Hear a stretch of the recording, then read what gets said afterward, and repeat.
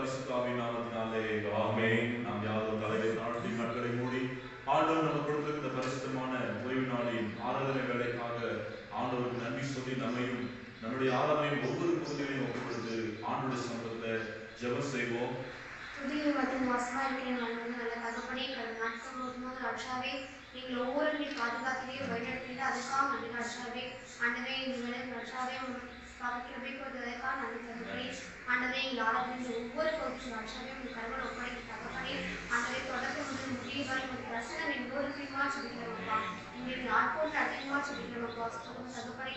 ஆண்டவே பாட கொஞ்சம் பாடல்கள் கேட்க கொஞ்சம் வசன விஷயம் ஒவ்வொரு தகப்பனே கொண்டதாக வழிநடத்தின ஆண்டவரே விசேஷமாக தகப்பனே பேசுகிற தாசர்களாக சொல்லிக்கிறோமாப்பா. அவை மனிதனை வெளிப்பட வேணுமா சொல்லிக்கிறோமாப்பா. ஆண்டவரே எங்களோட என்ன பேச ஆயத்தமா இருக்கு தகப்பனே அதில் எங்களோட பேச வேணுமா சொல்லிக்கிறோமாப்பா. தகப்பனே பலவும் மன்னாவினால் எங்களை நிரப்ப வேணுமா சொல்லிக்கிறோமாப்பா. தகப்பனே ஆண்டவரே ஆன்லைன்ல எங்களோடு இணைந்து சொல்லிக்கிறதாக ஒவ்வொரு பாஷாவே எங்கள் ஆசீர்வதிக்கணுமா சொல்லிக்கிறோமாப்பா. எங்கள் ஆராதனையை ஏற்றுக்கொள்ள வேணுமா சொல்லிக்கிறோமாப்பா. ஆண்டவரே எங்கள் பாவம் அறியாமல் இருக்கும் பாஷாவே மன்னிக்கணுமா சொல்லிக்கிறோமாப்பா. ஆன்லைனில் இருந்து ஜெபிக்கிற ஒவ்வொரு தகப்பனையும் ஒரு பிரசனம் அவங்களோட தெரியுமா சொல்லிக்கிறோம்ப்பா. அவர்கள் கண்ணீரிலே கவலையிலே ரட்சாவே ஒரு வசனம் அவங்களை தேய்ச்ச வேண்டுமா சொல்லிக்கிறோம்ப்பா. தகப்பனை ஆண்டவரே மினி மீது நேரம் கடவுள் ஒப்படைக்கும் தகப்பனை நீங்கள் பொறுப்பெடுத்துக்கொள்ளுமா வழிநடத்துல துதி கன மகிமை யாவும் ஒவ்வொருவருக்கே செலுத்துமே பிரேசிக்கும் வேண்டிகள் ஜீவன் வலுப்பிடாவே. ஆமென். கர்த்தருடைய பரிசுத்த நாமத்திற்கு மகிமை உண்டாகும். நம்முடைய ஆராதனை காரணமாக முதலாவது பாடல் பூவி நற்கும் அமிர்தம் வீசும் சோலையாயினும் நல்ல தண்ணீர் ஓடும் பள்ளத்தாக்கின் பாடலை பாடி ஆண்டவர் நாமத்தை மகிமைப்படுத்துவோம்.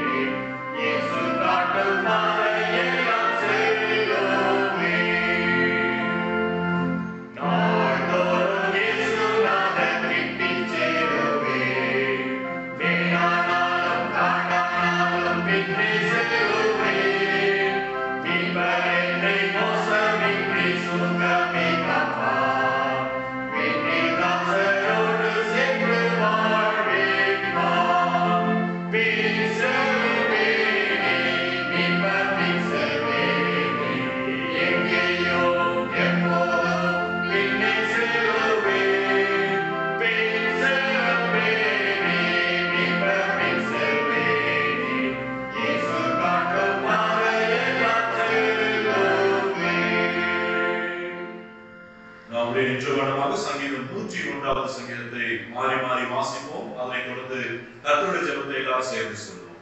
இந்த நாளுக்கு என்று குறிக்கப்பட்டிருக்கிற சங்கீத பகுதி 101ஆம் சங்கீதம். 101ஆம் சங்கீதத்தை மாறி மாறி வாசிப்போம். இரக்கத்தையும் நியாயத்தையும் குறித்து பாடுவேன், கர்த்தாவே உம்மை கீர்த்தனம் பண்ணுவேன்.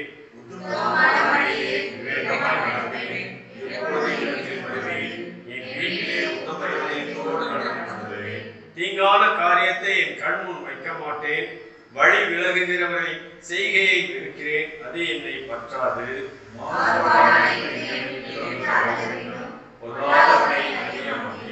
பிறனை ரகசியமாய் அவதூறு பண்ணுகிறவனை சங்கரிப்பேன். மேட்டிமை கண்ணனையும் பெருநெஞ்சுள்ளவனையும் பொறுக்க மாட்டேன்.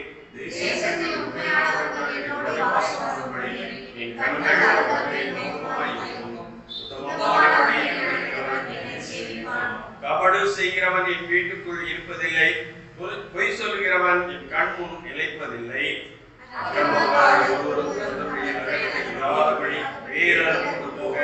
தேசத்தில் உள்ள அக்கிரமக்காரர் யாவரையும் அதிகாரமே சங்கரிப்பேன். பிதாவுக்கும் குமாரனுக்கும் பரிசுத்த ஆவிக்கும் மகிமை உண்டாவதாக.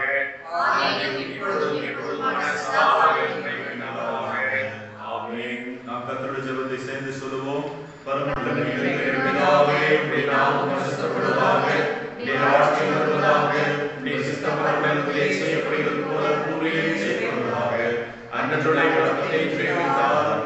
எங்களுக்கு விரோதமாய் பேசுகிறவர்களுக்கு நாங்கள் மன்னிக்கிறோம். எங்கள் குற்றங்களை மன்னியும். எங்களை சோதனைக்குள் பிரவேசிக்கப்படாமல் எங்களை ரட்சித்துக் கொள்ளும். ராஜ்யமும் வல்லமையும் மகிமையும் என்றென்றைக்கும் உடையவர்களே. ஆமென். இப்பொழுது நாம் வேத பகுதியில் வாசிக்க கேட்போம். வாசிக்கும்படியாக தெரிந்து கொள்ளப்பட்ட வேத பகுதி பரிசுத்த யோவான் எழுதின சுவிசேஷம் 15வது அதிகாரம் வசனங்கள் 1 to 12 முடிய வாசிக்க கேட்போம். வாசிக்கும்படியாக தெரிந்து கொள்ளப்பட்ட வேத பாடம் பரிசுத்த யோவான் எழுதின சுவிசேஷம் 15ஆம் அதிகாரம் வசனங்கள் 1 முதல் 12 முடிய, பக்கம் புதிய ஏற்பாட்டில் 150. நான் மெய்யான திராட்சை செடி, என் பிதா திராட்சை தோட்டக்காரர். என்னில் கனி கொடாதிருக்கிற கொடி எதுவோ அதை அவர் அறுத்து போடுகிறார். கனி கொடுக்கிற கொடி எதுவோ அது அதிக கனிகளை கொடுக்கும்படி அதை சுத்தம் பண்ணுகிறார்.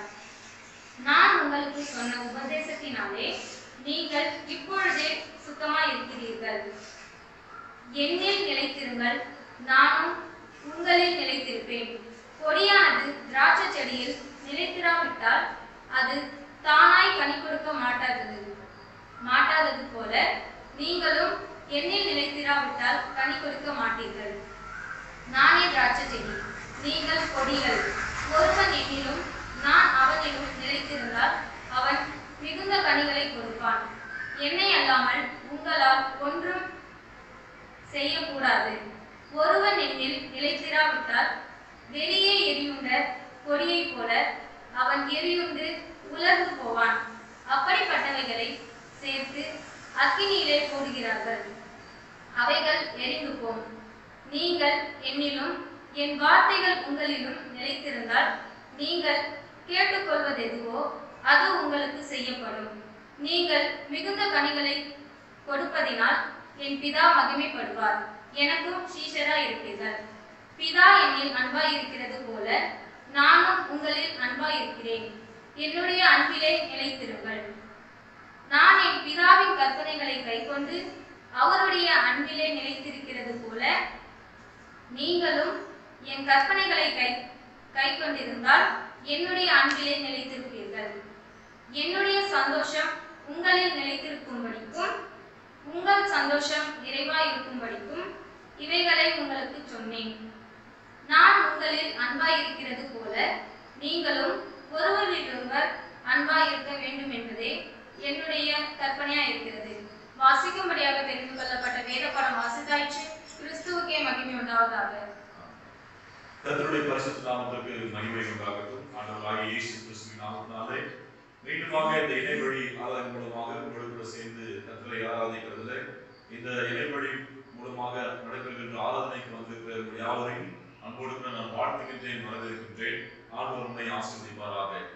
எப்படி ஆயினும் நாம் ஆண்டவரை விடுதலையோடு ஆராதிக்கக்கூடிய நல்ல நாட்களை கர்த்தர் நமக்கு தந்து கொண்டிருக்கிறார். நாம் ஆலயத்தில் சென்று எப்படி கர்த்தரை ஆராதித்துக் கொண்டிருக்கிறோமோ அது போலவே இப்போது இணைவழி மூலமாக கர்த்தரை ஆராதிப்பதும் நமக்கு ஒரு வழக்கமாக மாறிவிட்டபடினால நான் ஆண்டவரை துதிக்கிறேன். ஆண்டவர் எவ்விதம் நம்மை ஆசீர்வதிக்கிறார் என்பதாக கர்த்தருக்கு மகிமை உண்டாகட்டும். திருச்சபைக்கான அறிவிப்புகள். இன்று நம்முடைய தேசம் 74வது சுதந்திர தின விழாவை கொண்டாடி கொண்டிருக்கிறது. இயேசு கிறிஸ்துவின் நாமத்தினால் நம்முடைய திருச்சபை சார்பாக உங்கள் யாவருக்கும் 74வது சுதந்திர தின விழா நல்வாழ்த்துக்களை நான் தெரிவித்துக் கொள்கிறேன். இந்த நாளை நம்முடைய தேசத்துக்காக விசேஷமா நாம் ஜெபிப்போம். நம்முடைய தேசம் இன்னும் பாவத்திலிருந்தும் சாபத்திலிருந்தும் அறியாமையிலிருந்தும் சாதி பேதங்களிலிருந்தும் மற்றும் ஏற்றத்தாழ்வுகள் எல்லாவற்றிலிருந்து நம்முடைய தேசம் முழுவதுமான சுதந்திரம் அடைந்து விடுதலை பெற வேண்டுமாய், ரட்சிக்கப்பட வேண்டுமாய் தொடர்ந்து நாம் ஜெபிப்போம். ஊழியம் செய்கிறவர்களை, ஊழியத்தை செய்து கொண்டிருக்கிற ஸ்தாபனங்களை தொடர்ந்து நாம் ஆதரிப்போம், தாங்குவோம். கர்த்தர் நம்மையும் நம்முடைய தேசத்தையும் ஆசீர்வதிப்பாராக. தொடர்ந்து திருச்சபையுடைய விரிவாக்க பணிக்காக ஜெபியுங்கள். அதே போல திருச்சபையுடைய ஒவ்வொரு ஊழியர்களுக்காக தொடர்ந்து ஜெபிக்கும்படி இந்த அன்போடு கூட இயேசு கிறிஸ்து நாமத்தினாலே நான் கேட்டுக்கொள்கிறேன்.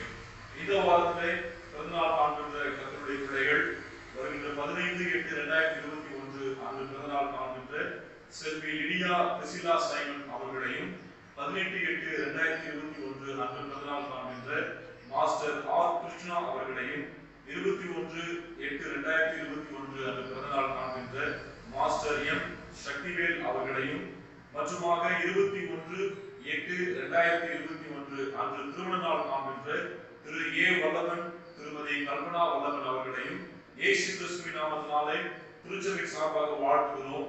கர்த்தர் தம்முடைய பிள்ளைகள் கொடுக்கின்ற இந்த புதிய பிறப்பின் வருடத்திற்காகவும் இல்லற ஆண்டுக்காகவும் ஆண்டவருக்கு நன்றி சொல்கிறோம்.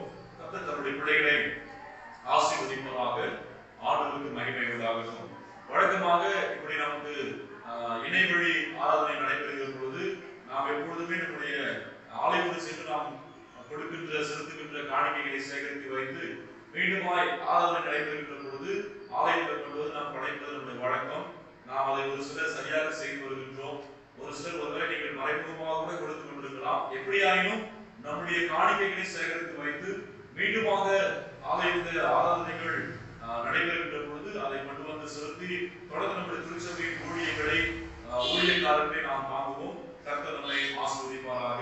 இப்பொழுது நாம் பேராய ஜெப குறிப்புக்காக ஜெபம் செய்வோம். அதை தொடர்ந்து பிரசங்கத்திற்கு நாம் ஆயத்தமாவோம். பேராய ஜெப குறிப்புக்காக நாம் இப்பொழுது ஜெபம் செய்வோம்.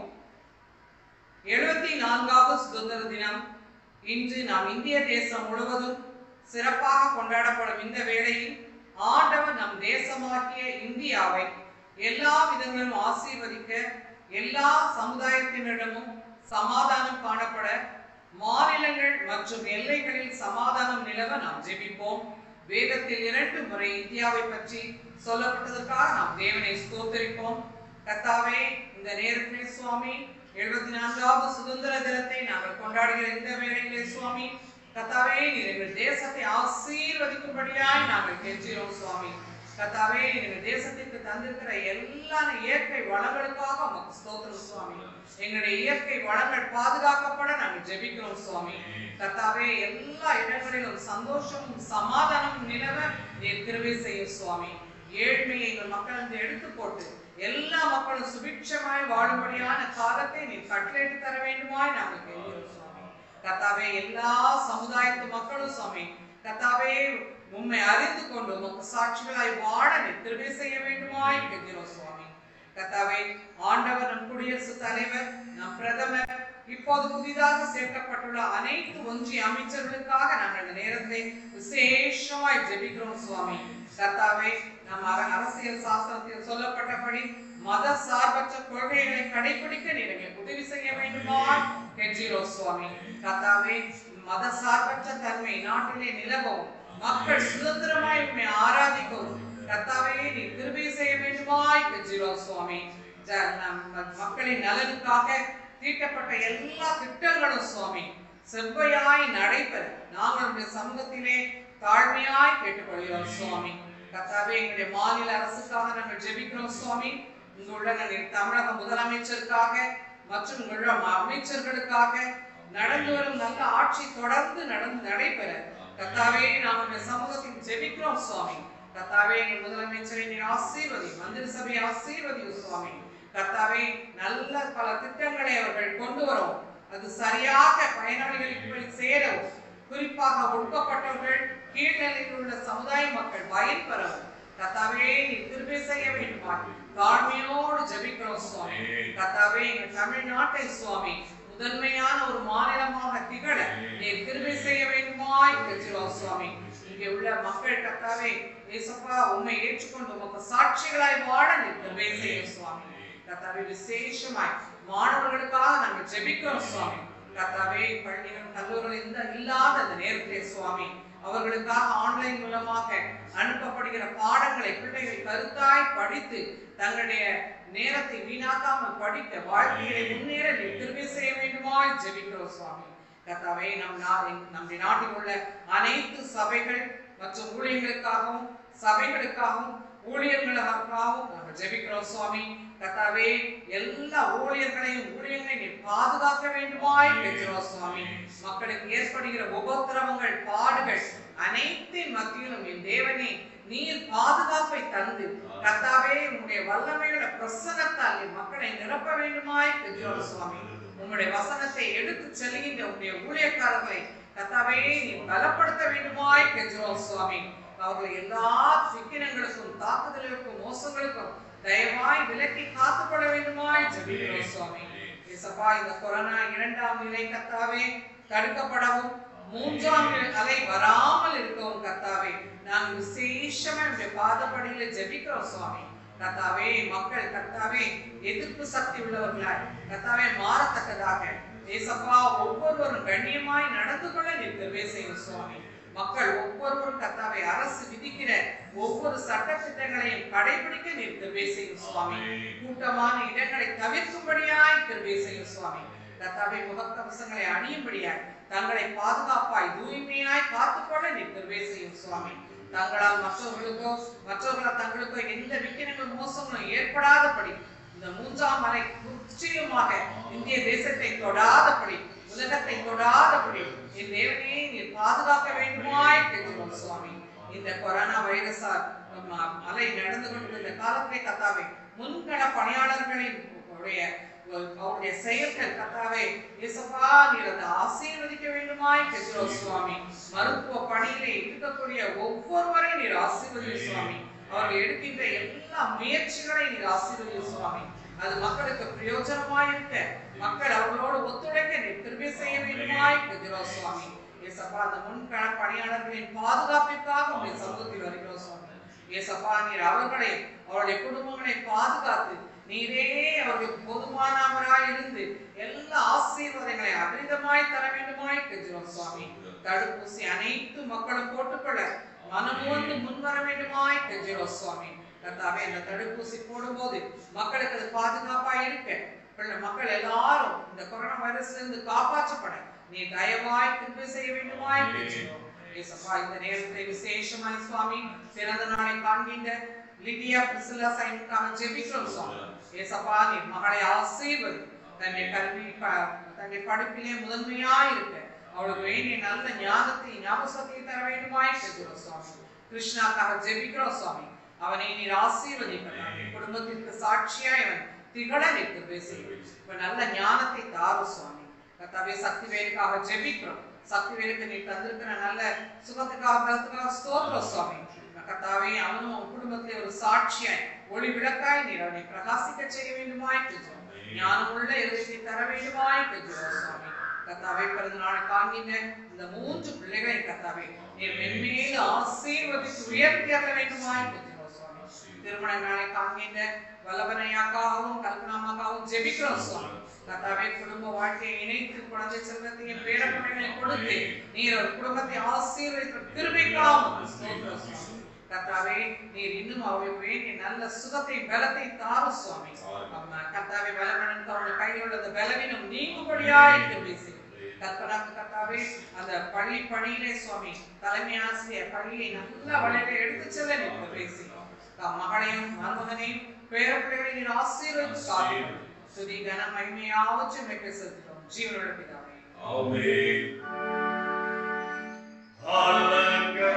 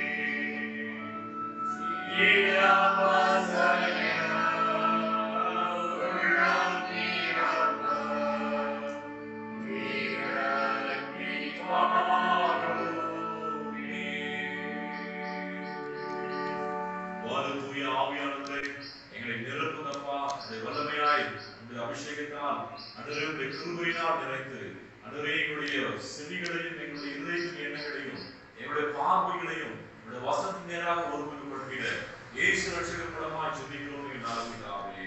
ஆமென். கர்த்தருடைய பரிசுத்த நாமத்திற்கு மகிமை உண்டாகட்டும். மீண்டுமாக ஆண்டவராகிய இயேசு கிறிஸ்துவின் நாமத்தினாலே உங்கள் யாவருக்கும் என் அன்பின் ஸ்தோத்திரங்களையும் வாழ்த்துதல்களையும் நான் இந்த வேலையிலே கொண்டு வருகின்றேன்.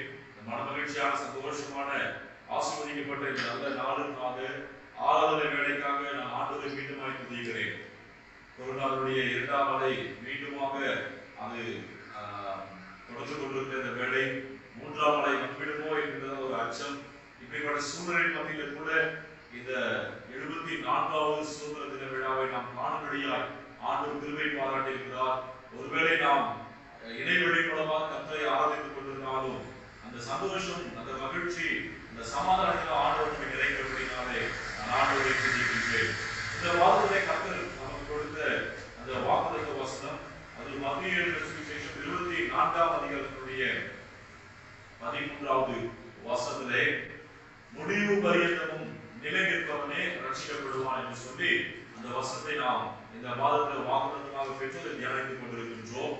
நாம் 1ஆம் தேதி ஆராதனை வேளையிலே அந்த முடிவு பரியந்தமும் அந்த நிலை நிற்பதை குறித்து நாம் தியானித்திருக்கின்றோம். அதில் நாம் பார்க்கும் பொழுது அந்த நிலை நிறுத்தலிலே என்னிலே நிலைத்திருங்கள், ரிமைன் இன் மீ என்று சொல்லியும், ரிமைன் இன் மை வேர்ட், என்னுடைய வார்த்தையிலே நிலைத்திருங்கள் என்று சொல்லியும், ரிமைன் இன் மை லவ், என்னுடைய அன்பிலே நிலைத்திருங்கள் என்று சொல்லியும் நாம் 1ஆம் தேதி ஆராதனையிலே நாம் ஆண்டவருடைய வார்த்தையை தியானித்தோம். அதைத் தொடர்ந்து கடந்த வார ஞாயிற்றுக்கிழமை ஆராதனையிலே ரட்சிப்பை குறித்து நாம் பார்த்திருக்கின்றோம். ரட்சிப்பு என்றால் என்ன, அந்த ரட்சிப்பு எத்தனை விதங்களில் நம்முடைய வாழ்க்கையிலே செயல்படுகிறது, முடிவு பரியந்தமும் நாம் அந்த ரட்சிப்பிலே நிலைத்திருக்கின்ற பொழுது ஆண்டவர் நமக்கு அந்த பரலோக ராஜ்யத்தில் அவருக்கு வாழ்கின்ற அந்த ஆசீர்வாதத்தை கொடுக்கிறார் என்று சொல்லி நாம் கர்த்தருடைய வார்த்தையை கேட்டோம். இன்றைக்கு அதன் தொடர்ச்சியாக ஆண்டவரோடு கூட நிலைத்திருக்கிற பொழுது அல்லது ஆண்டவரோடு கூட ஒன்றிணைக்கப்பட்டிருக்கிற பொழுது நமக்கு கிடைக்கக்கூடிய ஆசீர்வாதங்களை குறித்து இந்த நாளிலே நாம் தியானிக்க போகின்றோம். Remain in me and I in you. இதை நாம் 4ஆம் வசனத்தில் வாசிக்கின்றோம். யோவான் 15ஆம் அதிகாரம் 4வது வசனத்திலே ஆண்டவரோடு கூட நாம் நிலைத்திருக்கிற பொழுது, ஆண்டவரோடு கூட நாம் இணைந்திருக்கிற பொழுது நமக்கு என்ன ஆசீர்வாதம் கிடைக்கிறது என்றால், என்னில் நிலைத்திருங்கள், நானும் உங்களில் நிலைத்திருப்பேன்.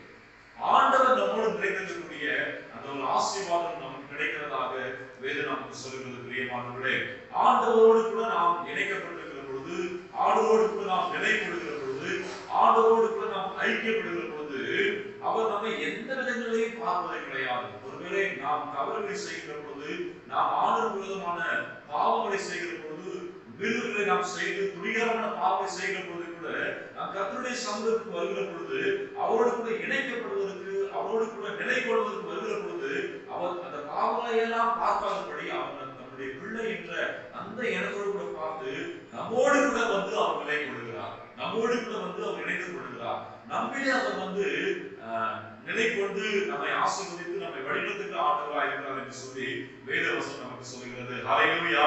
ஆனால் ஆண்டவரோடு கூட நாம் இணைக்கின்ற பொழுது the blessings of remaining in God, ஆண்டவரோடு கூட நிலைத்திருக்கிற பொழுது நமக்கு கிடைக்கக்கூடிய முதல் ஆசீர்வாதம் அவர் நம்மோடு கூட வந்து அவர் நம்மோடு இணைகின்றார், நம்மோடு நிலை கொள்கிறார் என்று சொல்லி வேதவசனம் சொல்கிறது. யோவான் 6ஆம் அதிகாரம் 58வது வசனத்திலே நாம் வாசிக்கின்ற பொழுது, யோவான் 6ஆம் அதிகாரம் 58வது வசனத்திலே வானத்திலிருந்து இறங்கின அப்பம் இதுவே, இது உங்கள் பிதாக்கள் புசித்த மன்னாவை போல அல்ல, அவர்கள் மரித்தார்களே, இந்த அப்பத்தை புசிக்கிறவனோ என்றென்றைக்கும் பிழைப்பான் என்கிறார் என்று சொல்லி நாம் வேதத்தில் வாசிக்கிறோம்.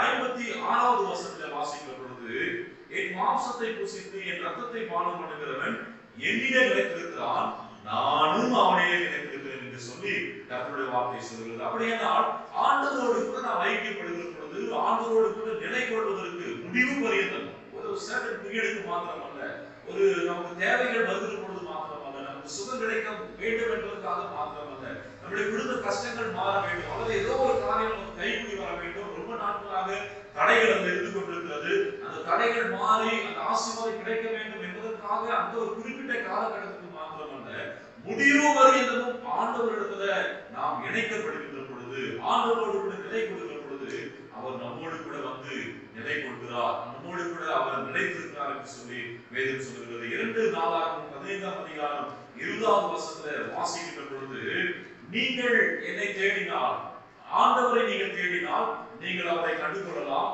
அவர் உங்களுக்கு தென்படுவார், நீங்கள் அவரை விட்டுவிட்டால் அவர் உங்களை என்றைக்கும் விட்டு விடுவார் என்று சொல்லி அந்த வசனத்தை நாம் வாசிக்கின்றோம். ஆகையினாலே என் கண்பான கர்த்தருடைய பிள்ளைகளே, முடிவு பரியந்தமும் நாம் ஆண்டவரை நிலைத்திருக்கிற பொழுது ஆண்டவரும் நம்மோடு கூட அவர் நிலைத்திருக்கிறார் என்று சொல்லி கர்த்தருடைய வார்த்தை சொல்கிறது. நிலைத்திருக்கிறது என்பது என்னவென்றால், ஸ்டே க்ளோஸ் டு காட், ஆண்டவரோடு கூட நெருங்கி வாழ்வதுதான் நிலைத்திருக்கிறதுக்கான அர்த்தம் என்று சொல்லப்படுகிறது. அது மாத்திரமில்லாமல் believing that he is God's son என்று சொல்லி, தேவனுடைய குமாரன் என்று சொல்லி அவரை விசுவாசிப்பதுதான் அவரிலே நாம் நிலைத்திருப்பதான அர்த்தம் என்று வேதம் சொல்கிறது. 1 யோவான் 4ஆம் அதிகாரம் 15வது வசனத்தை நாம் இதை வாசிக்கின்றோம்.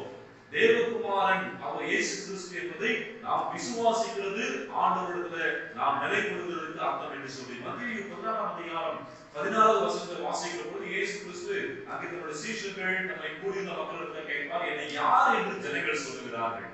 அப்போ ஒவ்வொருத்தரும் ஒவ்வொரு காரியத்தை சொல்ல, ஒரு சிலர் உண்மை மோசே என்கிறார்கள், ஒரு சிலர் உண்மை எலியா என்கிறார்கள். ஆனால் பேதுருவை பார்த்து ஆண்டவர் கேட்கின்றார். பேதுரு சொல்லுவார், ஆண்டவரே, என் ஜீவனுள்ள தேவனுடைய குமாரன் ஆகிய இயேசு கிறிஸ்து என்று சொல்லி அவர் சொன்னதை நாம் பார்க்க முடியும். அப்பொழுது ஆண்டவர் அங்கே பேதுருவை அவர் பாராட்டுவதை பார்க்க முடியும். அப்படியானால் ஆண்டவராகிய இயேசு கிறிஸ்து அவர் தேவனுடைய குமாரன் என்று சொல்லி நாம் விசுவாசிக்கிறது ஆண்டவரை நிலை கொள்வதற்கான ஒரு அர்த்தம் என்று சொல்லி பார்க்கின்றோம். அது மாத்திரம் இல்லாமல் receiving him as a savior and Lord, ஆண்டவரை நம்முடைய இரட்சகராகவும் நம்முடைய ஆண்டவராகவும் மீட்பராகவும் நாம் ஏற்றுக்கொள்வது, அவரை ஏற்றுக்கொள்வது அது ஆண்டவரை நிலைத்திருப்பதற்கு அடுத்த ஒரு படி என்று சொல்லி நம்ம வாசிக்கிறோம். யோவான் 1ஆம் அதிகாரம் 12வது வசனத்திலே நாம் வாசிக்கின்ற பொழுது, யோவான் 1ஆம் அதிகாரம் 12ஆம் வசனத்திலே, அவருடைய நாமத்தின் மேல் விசுவாசம் உள்ளவர்களாய் அவரை ஏற்றுக்கொண்டவர்கள் எத்தனை பேர்களோ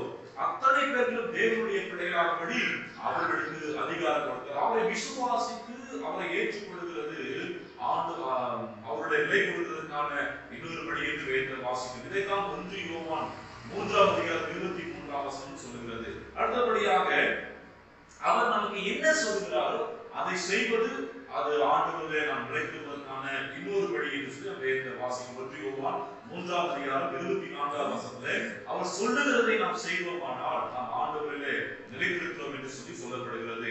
அது மாத்திரம் இல்லாமல் 1 யோவான் 2ஆம் அதிகாரம் 24வது வசனம் 25வது வசனத்தை நாம் வாசிக்கின்ற போது, continuing to believe the good news, ஆண்டவருடைய நற்செய்தியை தொடர்ந்து நாம் விசுவாசித்து நம்பிக்கை கொண்டிருக்கிறது ஆண்டவரிலே நாம் நிலை கொள்வதற்கு சமம் என்று சொல்லி, அது மாத்திரம் இல்லாமல் யோவான் 15ஆம் அதிகாரம் 12ஆம் வசனத்திலேயே சொல்கிறது, அதாவது relating in love to the community of believers, that is Christ's body, கிறிஸ்துவ மக்களோடு கூட ஆண்டவருடைய பிள்ளைகளோடு கூட தொடர்ந்து நாம் நட்புறவை வைத்துக் கொள்ள வேண்டும். ஏனென்றால் நாம் எல்லாரும் கிறிஸ்துவுக்குள்ள ஒரே சரீரமாக இருக்கிறோம் என்று சொல்லி வேதத்தை வாசிக்கிறோம். இந்த ஒரே சரீரத்துக்குள்ளாக இருக்கிற எல்லா வேறுபாடுகளை கலைத்து போட்டு, எல்லா விதமான கோபங்களை கலைத்து போட்டு, பொறாமைகளை கலைத்து போட்டு, அல்லது பழி பாக்குதலை கலைத்து போட்டு, நமக்குள்ளாக இருக்கக்கூடிய அந்த முகத்துக்கு முன்பதாக ஒரு விதமாக பேசுவது, முகத்துக்கு பின்பதாக ஒரு விதமாக பேசுகிற இந்த மாய்மலன வாழ்க்கையை கலைந்து விட்டு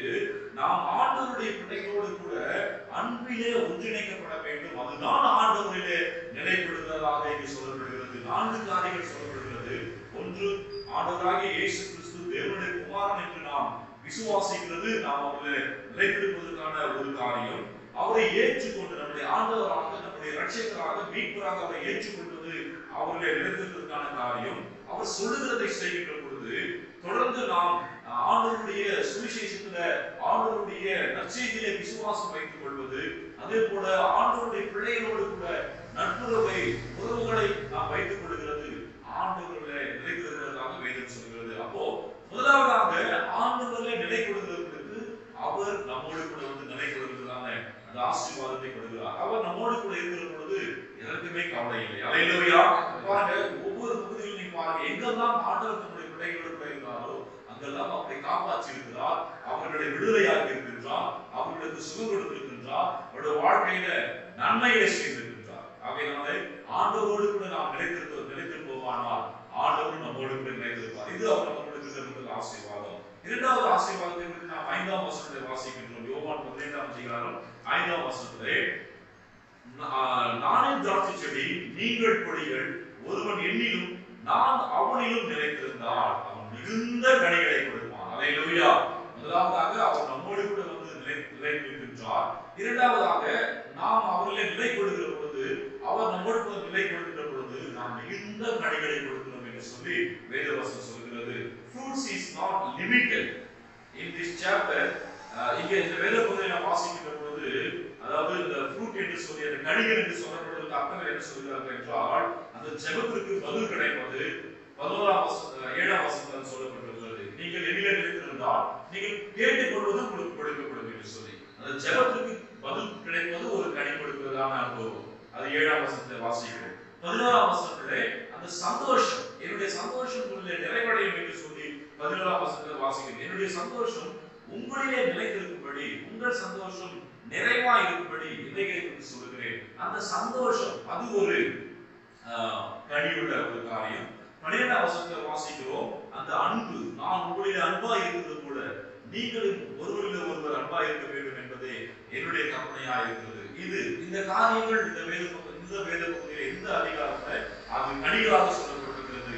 ஜெபத்திற்கு பதில் கிடைப்பது, சந்தோஷம் கிடைப்பது, அன்பிலே நிலைத்திருக்கிறது, அது ஒரு கனிகளாக சொல்லப்பட்டிருக்கிறது. அதை விட நம்ம அனைவருக்கும் ஆவியின் கனி என்று சொல்லப்படுகின்ற பொழுது நன்றாக தெரியும். கலாத்தியர் 5ஆம் அதிகாரத்தில் 22 முதல் 24 வசனங்கள் வரைக்கும் நாம் வாசிக்கின்ற பொழுது, ஆவியின் கனியோ அன்பு, சந்தோஷம், சமாதானம், நீடிய பொறுமை, சாந்தம், இச்சை அடக்கம், தயவு, இப்படி ஒரு பெரிய பட்டியல் சொல்லப்பட்டிருக்கும்.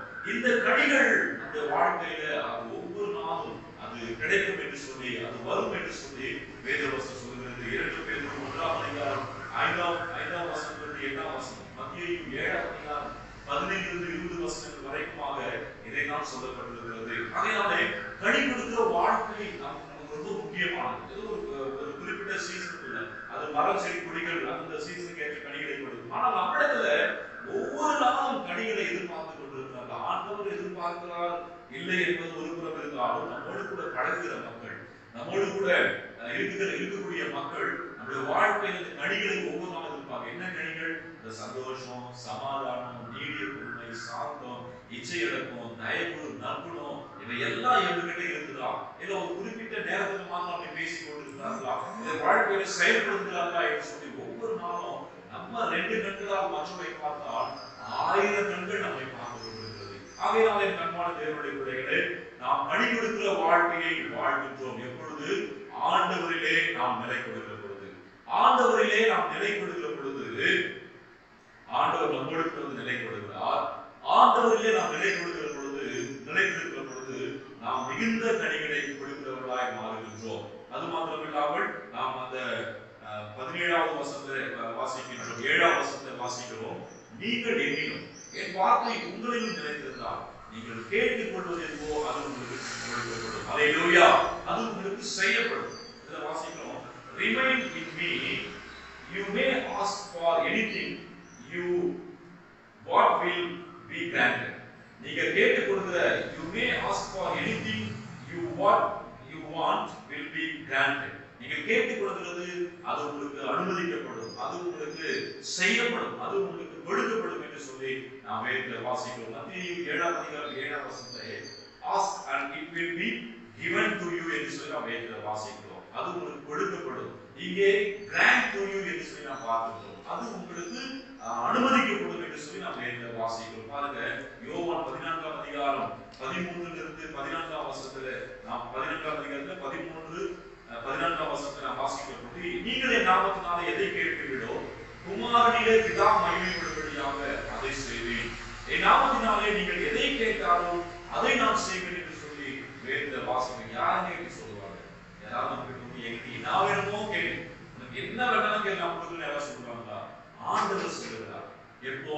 நீங்க என்னிடம் நிலைத்திருந்தால் நீங்கள் கேட்டுக் கொடுக்கிறது உங்களுக்கு கொடுக்கப்படும். அப்போ ஆண்டவர் நிலைத்திருக்கிற பிள்ளைகள் கேள்வி இருக்க மாட்டாங்க. எது தேவையோ, எது ஆண்டவருக்கு பிரியமா இருக்குமோ அதை மாத்திரம் தான் கேட்பார்கள், அது அவர்களுக்கு கொடுக்கப்படும் என்று சொல்லி நாம் வேதத்தில் வாசிக்கிறோம். அதே இதே போல யோவான் 15ஆம் அதிகாரம் 16ஆம் வசனத்தில் நாம் வாசிக்கின்றோம், நீங்கள் என்னை தெரிந்து கொள்ளவில்லை, நான் உங்களை தெரிந்து கொண்டேன்.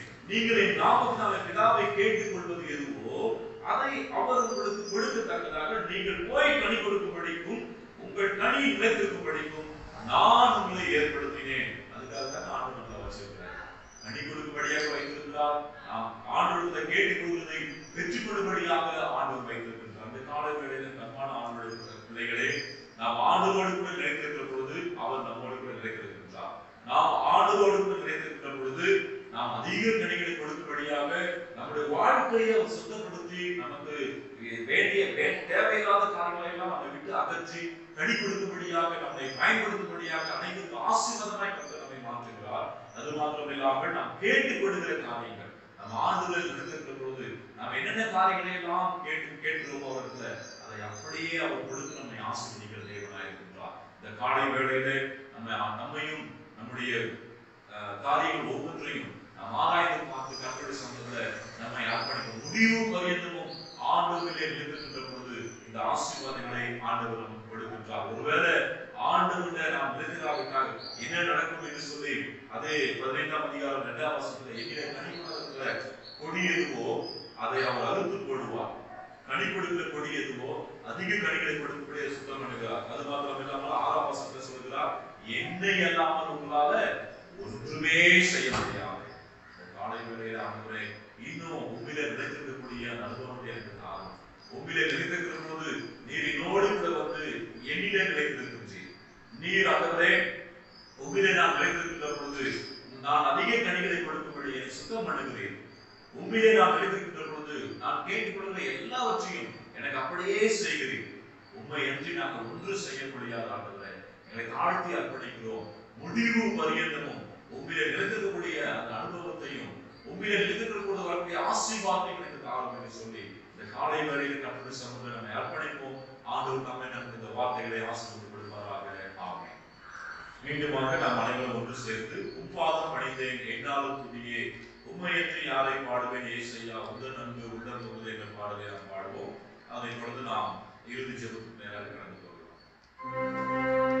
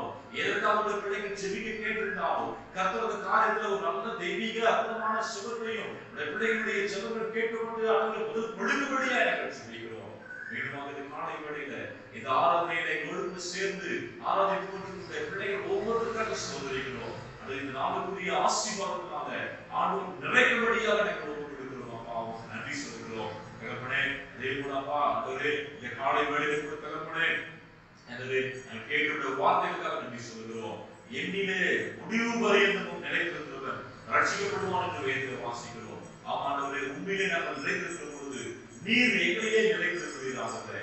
உண்மையிலே நாங்கள் நிலைத்திருக்கிற பொழுது நாங்கள் அதிக கனிகளை கொடுக்கும்படி எங்களை சுத்தம் பண்ணுகிறீர்கள், எங்களை சரி செய்கிறீர்களாக. உண்மையிலே நாங்கள் நிலைத்திருக்கிற பொழுது தகப்பனே, நாங்கள் கேட்டுக்கொள்கிற எல்லா காரியத்தையும் ஆண்டவரே தருகிறவராய் கொடுக்கிறவராய் செய்கிறவராய் இருக்கும்படினாலே நமக்கு நன்றி சொல்கிறோம். உண்மை அல்லாமல் நாங்கள் ஒன்றுமே செய்ய முடியாது என்பதை நாங்கள் அறியணும் சாமி.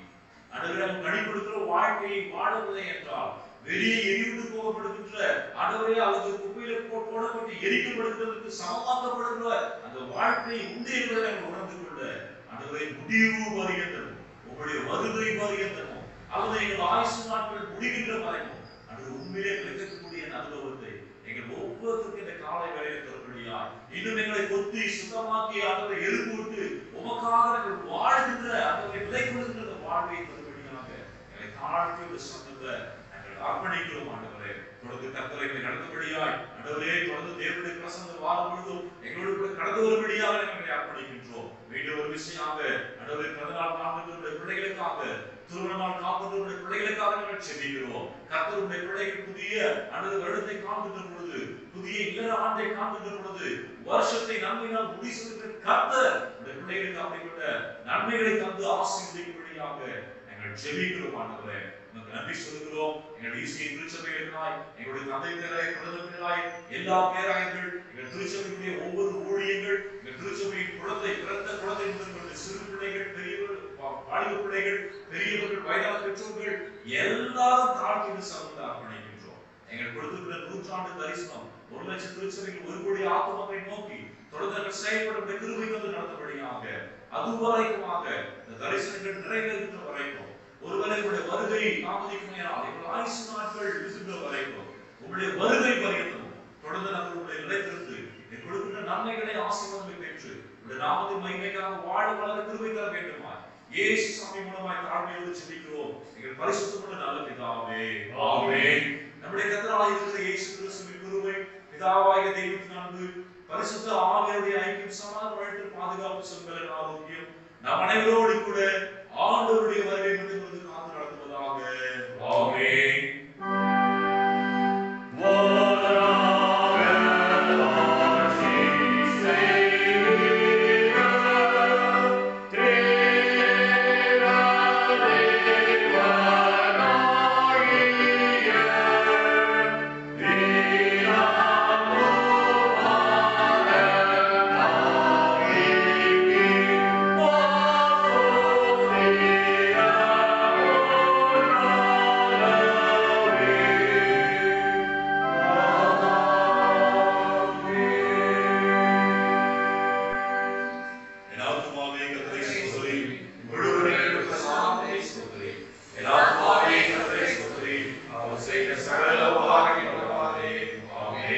கர்த்தர் உங்களோடு